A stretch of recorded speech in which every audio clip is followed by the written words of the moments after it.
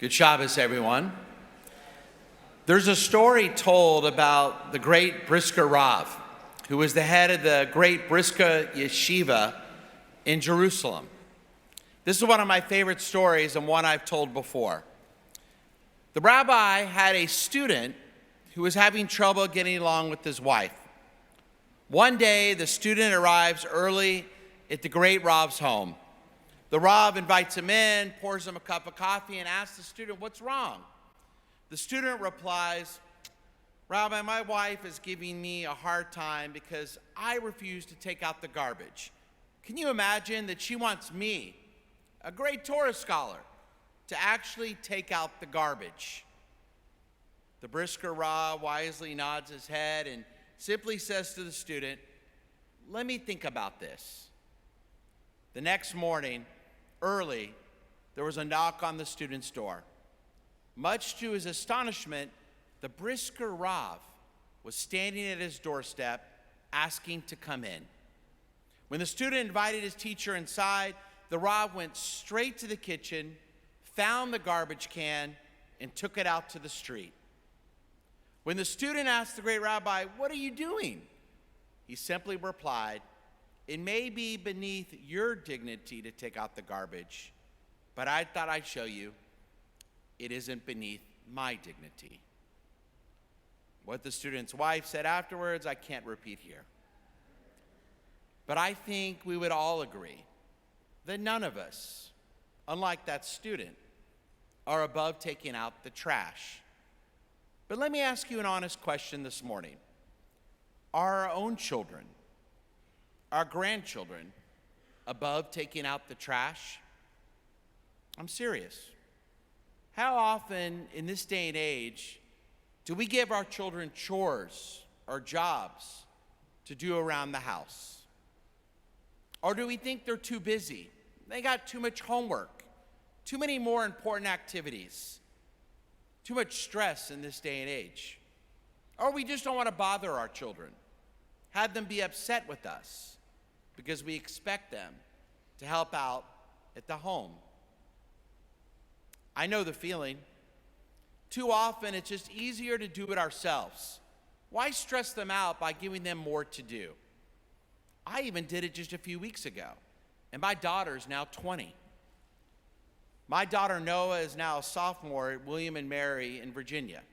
And a few weeks ago, she was in the middle of college midterms, and she was very stressed. So I decided I had to put on my super dad hat and told my daughter, "No problem. I'll call your campus pharmacy, act like I'm you, and I'll request the refill." I can't believe what an idiot I was.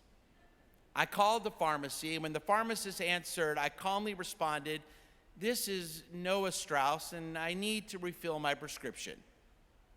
There was silence. The pharmacist wasn't an idiot like me and immediately knew I wasn't a 20-year-old woman. She responded, "Is this really Noah Strauss?" I thought about lying and telling her it was. I had to be that super dad. But before I could, she responded, "Sir, I have too many parents who try this trick. They think they're helping their kids by taking something off their plates. But let me ask you, do you want to be doing the same thing for your daughter when she's 40? I was so embarrassed. The pharmacist was absolutely correct. It was a needed reminder for me. Otherwise, how will my daughter ever learn to do basic things like calling in a prescription on her own? Will she always depend on me or her mother? Will she ever learn the importance of juggling her time, taking care of her personal needs, no matter how busy she may be? And I know I'm not alone. We see the signs all around us. Today, they call it not helicopter parenting. We're past that. They call it snow plowing parenting. It's a parenting style you may have heard of that seeks to remove all obstacles from a child's path so our children don't experience pain, they don't experience discomfort, they don't experience failure. They don't experience anything too difficult. So we plow ahead in front of them, taking out all the potential obstacles. Examples as they get older range from not expecting our children to help around the house, or not letting them even manage their own social plans, or even some parents who intervene with their children's disagreements with their classmates and friends, or authority figures such as teachers, college professors, or coaches, defending their children no matter what the circumstances. Parents who think they're doing their children a favor. Let us parents handle the extra work. You're already so busy. The effects can be catastrophic. By doing so, when parents do this, they deprive their children with crucial skills they'll need when they become adults. Important skills, like understanding how to manage one's time between all the daily tasks of modern day life, or being able to recognize normal stressful situations from potentially dangerous ones, or helping our children learn on their own to overcome challenges at work or in their home, letting them develop the necessary and healthy coping skills necessary for a functioning adult life. Yet more and more parents are doing it. For example, in one recent research study, 82% of American parents reporting having regular chores when they were growing up. But only 28% of these same parents now require their own children to perform any chores at all around the home. One of the best examples of parenting I ever witnessed was right after Hurricane Harvey. Like some of your homes, our home flooded. And when the waters receded, I called an old good college friend who at the time owned a restoration company. And thank God later that day, he already had dozens of people coming in and out of my house, doing all the difficult work. And I couldn't believe it. There in the front yard was my friend's 16-year-old son, working outside in that heat, doing this incredibly difficult work, hauling heavy pieces of my home outside. I asked my friend, why? Why subject your son to such hard work? He's already a busy high school sophomore, taking difficult classes, involved in so many activities in sports. My friend's response to me is something that I've never forgotten. He said, Brian, my son needs to learn not to ever think he is so busy that there is some work that is beneath him. He's now, that student, that son, is one of the top students at West Point.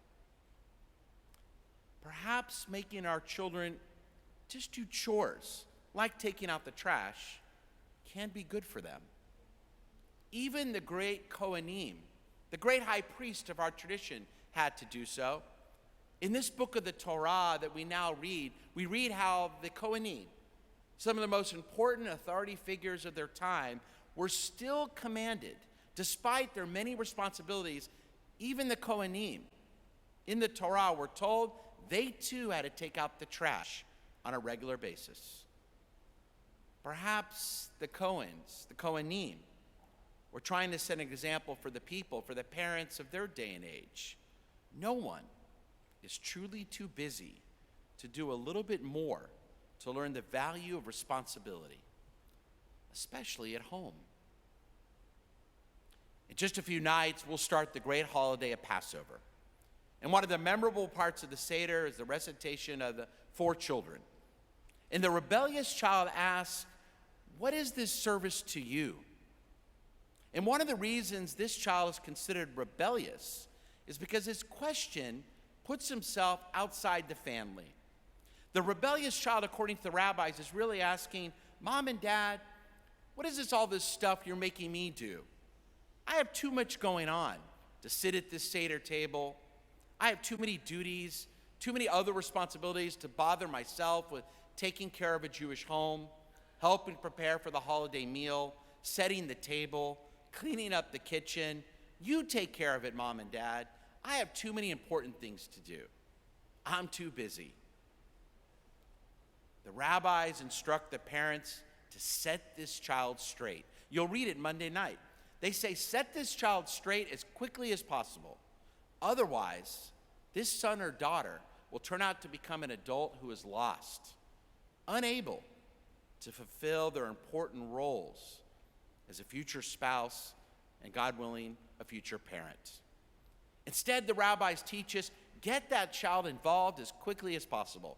Don't be afraid to push that child to do a little bit more. They can handle it. They're more resilient than you think. Most importantly, more responsibilities are beneficial to their growth, to their maturity, because giving all of our children more to do, especially around the house, is how we help them build the character necessary to eventually become well-functioning adults. Because who would want to marry someone who thinks they're too busy to take out the trash? Who would ever want to hire them? The rabbis of our tradition teach us something very unusual when we're blessed to have a newborn son or daughter. We're expected to give them a Hebrew name. If we have a son, have a bris, a brit milah, teach them a trade, teach them Torah and Judaism. But then the rabbis mention something very unusual. Teach our children how to swim. Now, why swim? Out of all these important responsibilities, why is swimming listed there? The rabbis tell us it's not necessarily supposed to be taken literally, but figuratively. Teach them how to swim in this world. It's not just about academics. It's not just about getting that Hebrew name. It's also about learning how to function, how to be mensches, how to have derek eretz, proper way of conducting themselves, how to never think that something is beneath them, but doing all they can to be the best fathers and mothers, wives and husbands, classmates and friends they can be. Because truly, they can do more. Responsibility is good for them. Teach them to swim above water, to survive in this world. My friends, this Passover, let us reflect on the roles our children play in our homes. Can we be asking them to do just a little bit more at home? Not to make our lives easier as parents, rather to create a better life for them one day, God willing, when they too will be running their own Jewish homes. Shabbat Shalom and Hag Sameach. Happy Passover, everyone.